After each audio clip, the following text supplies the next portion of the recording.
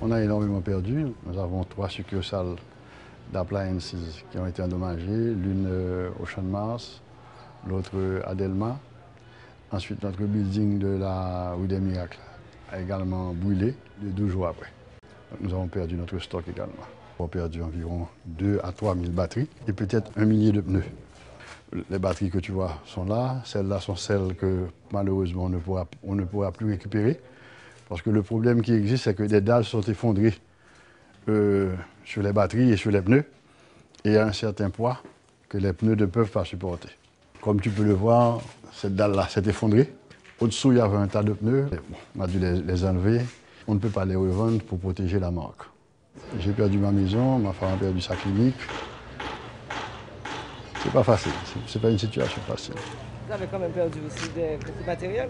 Oui, nous avons des frigidaires, des téléviseurs, des freezers, des fours. Enfin, ça représente une partie importante de notre commerce également.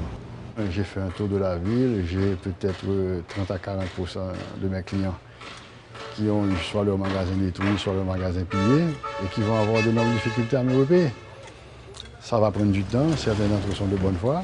Ils me disent, bon, monsieur Lebrun, on va faire tout ce qu'on peut, mais je sais que tout ce qu'on peut. Jusqu'à parfois difficile. Donc j'estime que peut-être que je vais perdre, disons, entre 10 et 20% de mon portefeuille. C'est énorme, ça dépasse le million facilement. En stock et le building seulement, pour un peu plus que ça. Ce sont des pertes énormes. Mais heureusement, je suis quelqu'un de très optimiste, je suis très positif, donc j'espère que ça va reprendre. Nous étions assurés, peut-être pas aussi bien qu'on le voudrait, mais quand même nous avions une couverture en assurance. Pour le bâtiment, nous avions une couverture pour le stock également. Je suis prêt à repartir seul, mais je pense que pour le pays, il faudra que les banques se montrent plus souples. Et ensuite, je pense que s'il n'y a pas un fonds de garantie qui est mis en place, ça va être très difficile de repartir. Parce que je ne parle pas seulement au point de vue commerce. Il y a un tas, par exemple, d'écoles qui ont été détruites. Il va falloir les reconstruire. Or, ce n'est pas un secteur qui est extrêmement rentable.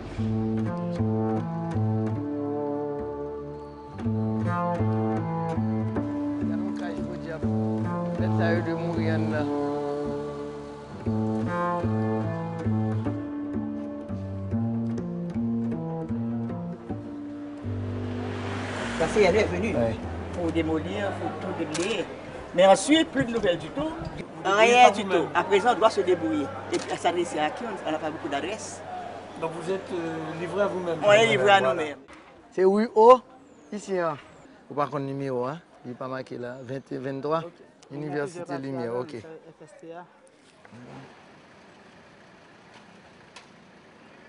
Ce que vous voyez qui reste là sont des points de mur qui sont très instables, qui à tout moment peuvent tomber.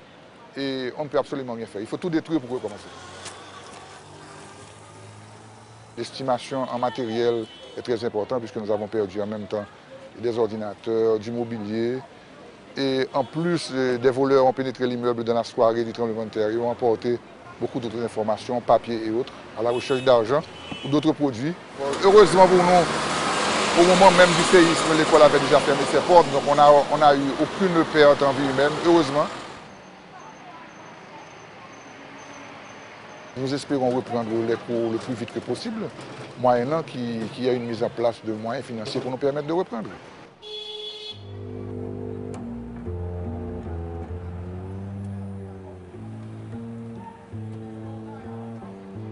Ce secteur privé reconnaît maintenant l'importance de la production agricole. Là, c'est une unité de stockage d'aliments. Tout ensemble, même si physiquement debout, il y a des ajustements pour faire. Tout ça, c'est lui-même qui prend grain. où elle va verticale net, il y a un petit penché sur ici. On va regarder 6 silos ça, par exemple. Là, il est déplacé de près de 40 cm. Nous avons plusieurs unités. Unité de fabrication d'aliments, unité de stockage, unité d'élevage, nous avons un couloir et en même temps nous avons une section de construction de cages. Dans l'élevage, de l'eau, c'est l'essentiel. De de l'eau, ça veut dire que vous n'avez rien. C'est une ancienne installation. Il y a un côté tuyau à casser.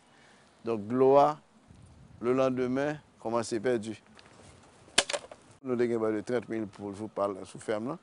Nous avons un problème de l'eau, donc nous n'avons pas qu'à alimenter aussi, nous avons tout fait. Donc ça vient faire l'organisme affaibli et nous avons certaines maladies déclenchées et au mourir de soif. Il y a 15 000 qui dénombrent qui mourent, mais il reste débile le jour.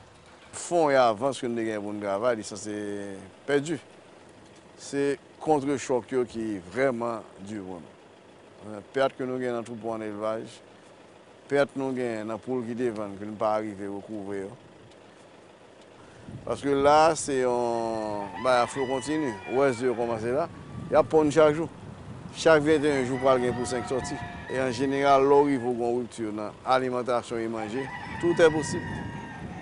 Et même éleveur qui est en province, qui a acheté pour, qui a un élevage, si que moi-même j'ai un problème de manger, il est répercuté sur les dos. La production agricole est très importante parce que c'est vraiment là un des noyaux les plus importants de l'économie de ce pays, sinon le noyau le plus important.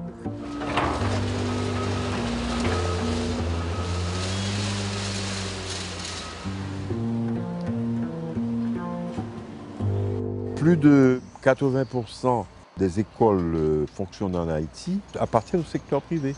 Ces entreprises du secteur privé, dans le domaine de l'éducation, ont perdu beaucoup d'argent. Elles ne sont pas en mesure de payer leurs professeurs. Elles n'ont pas fonctionné pendant 3 ou 4 mois. Il y a un manque à gagner énorme pour elles. Et pour recommencer, elles ont besoin d'une aide.